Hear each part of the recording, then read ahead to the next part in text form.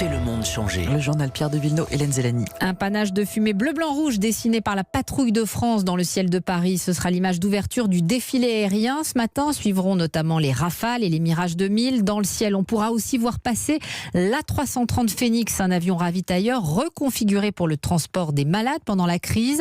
En exclusivité pour Europe 1, Nathalie Chevance a eu la chance de monter à bord. Allez, venez, on vous fait une petite place.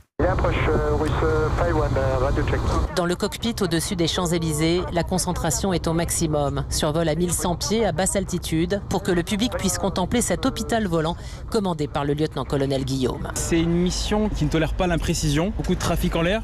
On est proche du sol, donc il faut être assez rigoureux au niveau du respect des procédures et des timings, sinon on peut impacter la sécurité. Donc si on ne passe pas dans cette fenêtre-là, on n'est même pas censé défiler sur les champs, on est censé quitter le défilé. Top 150.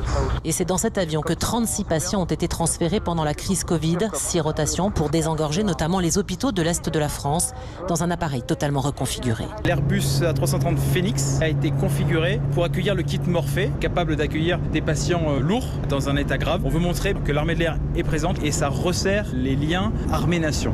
Un avion militaire transformé en hôpital avec 6 postes d'urgence pour les patients placés sous respiration artificielle. Une équipe médicale de 14 personnes mobilisées. Le lieutenant-colonel Eric a participé à l'une de ces missions Covid.